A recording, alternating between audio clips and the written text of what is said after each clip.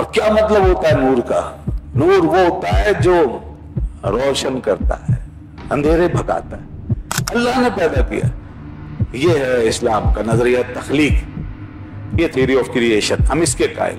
اور ڈارون یہ جو کہہ کر گئے ہیں اور جو چل رہا ہے ڈارونزم، اس میں یہ نہیں ہے تخلیق، وہ خود بخود آٹومیٹک مانگتے ہیں تو اس کا انکار کرتے ہیں، لہذا ہم یہ نہیں کر سکتے۔ تخلیق ہے پہلے، اس کے بعد جو پروسیس ہے وہ پھر سائنس نکالتی رہے، دریافت کرے جیسے بھی، لیکن ابتدا تخلیق اللہ نے پیدا کیا، خود بخود کچھ بھی نہیں ہوا۔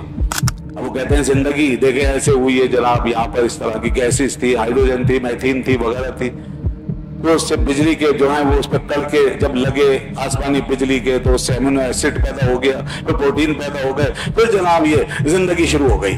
ارے بھائی خدا کو بھی مان لو، پھر خود تجربے کرتے کہتے دیکھو ہم بنا کے دکھاتے، پھر تجربہ کیا 50s میں، یہ تجربہ کیا اور ایک دو سائنٹسٹ نے باقاعدہ اس پہ تجربہ کیا، شیشے کے بڑے برتن کے اندر اور کوئی چیزیں ڈالی، ساری گیسز وغیرہ جمع کی اور پھر اس پہ بجلی کے جھٹکے لگائے، تو کیا ہوا؟ نہیں بنی زندگی۔ تو وہ ملر کا جو مشہور تجربہ مشہور ہے ملر کا، وہ عود بھائی جو ہے ہمارے جو نہیں مانتے دین کو، اللہ کو، اور بڑے پکے قسم کے وہ ایتھیسٹ بنے ہوئے ہیں، پرویز عود بھائی، وہ یہ حوالے دیتے رہتے ہیں، دیکھو ملر نے تجربہ کر دیا اور یہ سب ہو گیا۔ ارے بھائی خدا کا خوف کرو، آپ سائنسدان کہتے ہو اپنے آپ، ناکام تجربہ اس کا لے کے بیٹھے ہو، وہ زندگی کہاں لا سکا؟ امینو ایسڈ کچھ پیدا ہو گئے، کچھ بن گئے، اور اس کے بعد پروٹین تک تو بات پہنچی نہیں، تجربہ فیل ہو گیا، زندگی تو اس کے بعد ہے نا۔ تو یہ سب اس طرح لوگوں کو دھوکے دیے جا رہے ہیں۔ سورہ نور میں نور کی باتیں بھی آئی ہیں، اللہ نور السماوات والارض، اللہ زمین و آسمان کا نور ہے۔ جب زمین و آسمان کا وہ نور ہے تو ہمارے دلوں کا نور بھی وہی ہے، ہماری روحوں کا نور بھی وہی ہے۔ اور کیا مطلب ہوتا ہے نور کا؟ نور وہ ہوتا ہے جو روشن کرتا ہے، اندھیرے بھگاتا ہے۔ زمین و آسمان کے سارے اجالے اسی کی وجہ سے، سورج چاند ستارے سب اسی کی وجہ سے روشن ہے۔ اور جب وہ اپنی اس کائنات کو نور علی نور کیے ہوئے، تو اگر دل میں اس کو یاد کیا جائے تو پھر ہمارے دلوں میں کیوں نہیں روشنی آ جائے؟ کیسے اندھیرے رہ سکتے ہیں؟ تو اس لیے اس کے نور سے فائدہ اٹھائیے۔ اللہ نور السماوات والارض، اسی کا نور چھایا ہوا ہے۔ اب تو سائنس نے باقاعدہ میٹر کے پیچھے انرجی اور نور سب دریافت کر لیا۔ خیر وہ یہ نور نہیں کہ اللہ کا نور مل گیا لوگوں، مطلب اس نے پیدا کر رکھا، اور یہ دریافت ہو چکا کہ کہاں تک بات چلی گئی کہ میٹر انرجی نور بھی ایک انرجی ہے، اور مطلب انرجی سے بنی ہوئی ہے دنیا، اور اب بھی اس میں انرجی موجود ہے۔ الیکٹران، پروٹون، نیوٹرون سب کیا ہے؟ انرجی ہے۔ کوارکس کیا ہے؟ انرجی ہے۔ وہ پارٹیکلز جو ہیں وہ سب جو اب اسٹنگ تک پہنچ گیا، یہ سب کیا ہے؟ تو انرجی ہے، اور ایک دوسرے سے کانٹیکٹ اتنا قوی کہ وہ وہاں کوانٹم فزکس تک بات پہنچ گئی۔ اب وہ سب آپ جانتے ہیں، جو لوگ پڑھتے رہتے ہیں انہیں معلوم ہے۔ اس لیے تو اللہ نے فرمایا کہ دیکھو کیا تم دیکھتے نہیں کہ اللہ تعالیٰ کی تسبیح کر رہے ہیں سب جو زمین میں آسمان میں سب، اس لیے کہ اسی کی قدرت سے یہ نظام چل رہا ہے، تو سب اسی کی تسبیح کر رہے ہیں، اسی کو فالو کر رہے ہیں۔ تسبیح کا مطلب ایک یہ بھی ہے نا، سب سے پہلا مطلب کہ اس کے حکم کے مطابق کام ہو رہا ہے، اس کے اختیار سے ہو رہا ہے، یہ تسبیح ہے۔ تو بڑی نشانیاں بیان فرمائی، فرمایا تم دیکھتے نہیں اللہ نے یہ زمین پر ہزاروں قسم کے جاندار پیدا کیے، پانی سے ہی ابتدا ہوئی نا، وجعلنا من الماء كل شيء حي۔ اب ڈی این اے کیا ہے؟ ڈی این اے میں زیادہ حصہ 70% پانی ہے، خلیے کا زیادہ حصہ پانی ہے، اور حیات شروع ہوئی پانی سے، سمندروں سے، پانی سے ابتدا۔ تو یہ اللہ نے اس کو بتا دیا۔ وَمِنْهُمْ مَن يَمْشِي عَلَى بَطْنِهِ، پھر اس میں پیٹ پر چلنے والے وہ دیکھو، وَمِنْهُمْ مَن يَمْشِي عَلَى رِجْلَيْنِ، اور اس میں 2 ٹانگوں پہ چلنے والے ان کو بھی دیکھو، وَمِنْهُمْ مَن يَمْشِي عَلَى 4، اور 4 ٹانگوں پہ چلنے والے۔ ہمارے لیے تو یوزول ہو گئے نا چیزیں، اللہ فرماتا ہے اس پہ ذرا سا غور کر کے دیکھو نا، غور کر کے دیکھو، اتنا ہی غور کر لو جتنا ایک خوبصورت پینٹنگ میں غور کرتے ہو، ایک خوبصورت عمارت کو دیکھتے ہو، دیکھتے چلے جاتے ہو اور داد دیے بغیر نہیں رہتے۔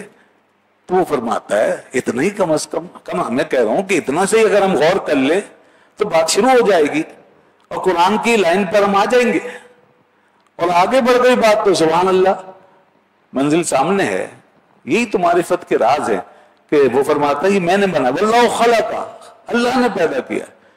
یہ ہے اسلام کا نظریہ تخلیق، یہ تھیوری آف کریشن. ہم اس کے قائل. اور ڈارون یہ جو کہہ کر گئے ہیں اور جو چل رہا ڈارونزم اس میں یہ نہیں ہے تخلیق، وہ خود بخود آٹومیٹک مانگتے تو اس کا انکار کرتے ہیں، لہذا ہم یہ نہیں کر سکتے. تخلیق ہے پہلے، اس کے بعد جو پروسیس ہے وہ پھر سائنس نکالتی رہے، دریافت کرے جیسے بھی، لیکن ابتدا تخلیق اللہ نے پیدا کیا، خود بخود کچھ بھی نہیں ہوا.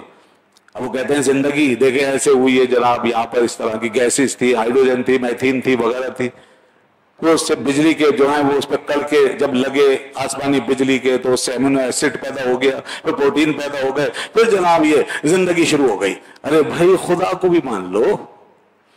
پھر خود تجربے کرتے کہتے دیکھو ہم بنا کے دکھاتے. پھر تجربہ کیا 50s میں، یہ تجربہ کیا ایک دو سائنٹسٹ نے باقاعدہ اس پہ تجربہ کیا، شیشے کے بڑے برتن کے اندر اور وہ چیزیں ڈالی، ساری گیسز وغیرہ جمع کی اور پھر اس پہ بجلی کے جھٹکے لگائے تو کیا ہوا؟ نہیں بنی زندگی.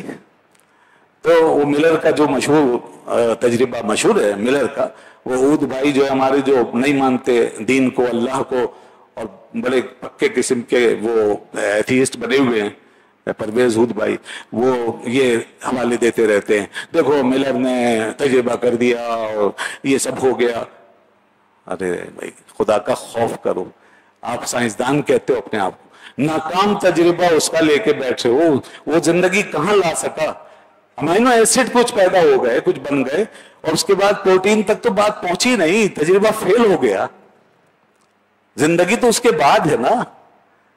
تو یہ سب اس طرح لوگوں کو دھوکے دیے جا رہے ہیں، کوئی اس طرح نہیں. یہ سب چیزیں اللہ کے کرنے سے ہی ہو سکتی ہیں. ہم تو خالی کچھ چیزیں جمع کر لیتے، اس کے بعد جو کچھ ہے زندگی وہ پھونکتا ہے. اور جو کچھ آپ نے دنیا کے سامنے رکھا وہ بھی اللہ کے پیدا کرنے سے. امینو ایسڈ بھی اسی نے بنایا ہے، پروٹین بھی اسی نے بنائے ہیں. آپ کہتے ہیں big bang big bang, big bang سے شروع ہوا. بگ بینگ کا آغاز اشارہ کس نے کیا؟ اگر کائنات وہاں سے شروع ہوئی تو مطلب یہ ہے کہ کیا خدا کی نفی ہو گئی؟ آپ نے تو کائنات کا ایک پروسیس دریافت کیا ہے، لیکن اس کے پیچھے خدا کا انکار کہاں ہوتا ہے؟ آج کیوں نہیں ہو جاتی یہ ساری چیزیں؟ اور خود بخود کیوں نہیں ہو جاتا یہ سب کچھ ہمارے ساتھ؟ ایک گاڑی تک ہم جو ہے وہ نہیں دیکھتے کہ خود بچ جائے، اب بنا بھی دیں تو خود چل جائے. نہیں ہو سکتا.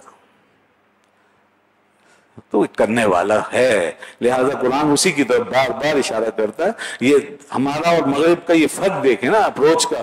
وہ جاتے ہیں کہاں؟ ایک اندھیرے کی طرف، بلائنڈنس سے آگے، انکار. اور مسلمان جب ان چیزوں کو دیکھتا ہے تو پوری روشنی میں اللہ نور السماوات والارض، اسے اللہ کا نور ملتا ہے ہر جگہ. اس لیے دیکھیں یہ بات بالکل ایکوریٹ 100% پوری اترتی ہے اب ساری گفتگو کے حوالے سے. اللہ نے فرمایا کہ یہ کفار، ان کی مثال سوائے اس کے کچھ بھی نہیں ہے. کسراب بقیعۃ یحسبہ الظمآن ماء. ان کی ساری کاوشیں اور کوششیں اور سارے اعمال جو یہ اچھے عمل بھی کرتے ہیں، فرمایا جیسے کوئی سراب ہوتا ہے نا، سراب اس طرح ہے. دور کسی چٹان پہ، ہموار زمین پہ، ہمارے یہاں جیسے شاہراہیں بڑی بڑی، ان میں یا میدانوں میں مٹی چمکتی ہے، ریت، گرم موسم میں، اور بالکل پانی معلوم ہوتا ہے، اس کو کہتے ہیں سراب. اللہ فرماتا ہے ان کے اعمال ایسے ہی ہے. جب آپ وہاں تک پہنچے ہی نہیں تو پھر سراب ہے، سارا سب بیکار ہو گیا. یحسبہ الظمآن ماء، فرمایا وہ سمجھتا ہے، آدمی سمجھتا ہے، یہ کافر سمجھتا ہے کہ پانی ہے، پانی مل گیا. اور اسی طرح ہر آدمی یہ سوچتا ہے پانی ہے سامنے، پیاسا جا رہا ہے، وہاں قریب جاتا ہے لیکن وہاں پانی نہیں ہوتا، پانی غائب ہو گیا. یہ ہے کفار کے اعمال کی حقیقت. اور آگے دوسری مثال بھی بڑی زبردست دی. فرمایا دیکھو کظلمات فی بحر لجی، ان کی مثال ایسے ہے جیسے کہ تاریکیاں، ظلمتیں، کس میں؟ گہرے سمندر میں. ایک اوپر زمین کی مثال دی، ایک گہرے سمندر کی مثال دی. کوئی اگر وہاں جا کے دیکھنا چاہے دیکھے، تاریکی کا منظر گہرے سمندروں میں کتنا خوفناک ہوتا ہے. آپ کو اندازہ ہونا چاہیے کہ نیچے جانے کے بعد اتنی تاریکی اور وحشت اور اتنا خوف ہے. اور خاص طور پہ آپ یہاں چلے جائیں کہ کیا ہے، ماریانا ٹرینچ ہے نا، سب سے گہرا سمندر بحر الکاہل میں، یہ کوئی 35,000 فٹ کی گہرائی ہے یہاں پر.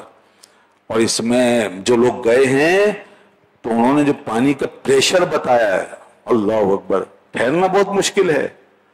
زمین پہ ٹھہرنا، اول تو زمین تک پہنچنا بڑا مشکل، اور وہاں کوئی پہنچ جائے تو پانی اتنے 1000 کلومیٹر کی رفتار سے وہاں بہہ رہا ہے کہ آدمی کے لیے بہت مشکل ہے کہ وہاں ٹھہر سکے. وہ جو ابھی ایک آبدوز گئی تھی جس میں ہمارے کوئی پاکستان کی فیملی تھی، تو کیا ہوا تھا، وہ ٹکڑے ٹکڑے ہو گئے. وہ پانی کی موج، اتنی پریشر تھا اس میں، اتنا پریشر کہ وہ ٹکڑے ٹکڑے ہو گئے. آپ کو پتہ ہی نہیں چلا.